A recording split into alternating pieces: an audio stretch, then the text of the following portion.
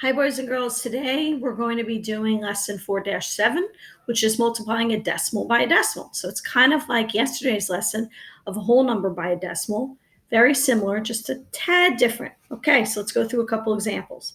So let's say we started with 3 and 2/10 times 0 and 6/10. Okay, so I'm going to multiply like I normally do. 6 times 2 is 12. 2, carry my 1. 6 times 3 is 18, plus 1 is 19. So there's my first partial product. I'm going to put a 0 here to hold the place. Then 0 times 2 is 0. 0 times 3 is 0. Now I'm going to add my partial products. 2 and nothing is 2. 9 and 0 is 9. 1 comes down. The only difference from yesterday's lesson today is that when you're multiplying a decimal by a decimal, you count how many numbers are behind both factors in your example. So how many numbers are behind the decimal point in both these factors? So there's one number here, so I'm going to bring my loop out once. There's one number here. I'm going to bring it out. So I've got 2 loops here, so I'm going to bring it down, go to my answer, and move it over 2 places. So however many loops you make in your example is how many you're going to put into your product. So my final answer here is 1 and 92/100. Let's try another example. Let's say we had 48/100 times 6/10. Okay. Again, I'm going to go through multiplying. 6 times 8 is 48. 8, carry my 4. 6 times 4 is 24, and 4 is 28. Down my 8, carry my 2. 6 times 0 is 0, plus 2 is 2. There's my first partial product. Put a 0 to hold the place. 0 times 48 is 0. 0 times 4 is 0. 0 times 0 is 0.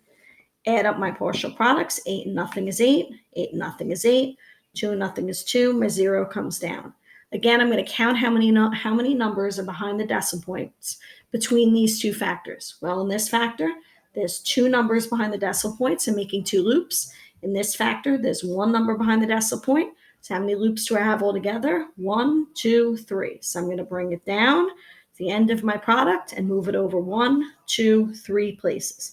And my answer is 288 thousandths. Let's try one more example. Okay, and let's say we had 71/100 times 2 and 6/10.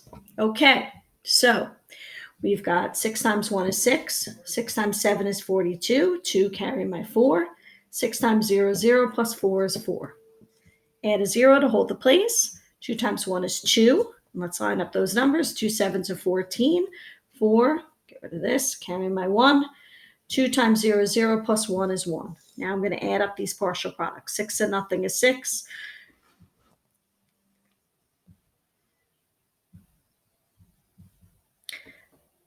2 and 2 is 4. Sorry there, guys. And 4 and 4 is 8, and my 1 comes down. Again, I'm going to count how many numbers are behind the decimal points in these two factors. In this factor, I've got 2 numbers behind the decimal points. I'm going to make 2 loops. In this one, I have 1 number behind the decimal point. So that's a total of 1, 2, 3 loops. So I'm going to bring it down and move it over 3 places. 2, 3. The answer is 1 and 846 thousandths. All right, well, I hope that helps for today's questions. Have a great day, and I will see you soon.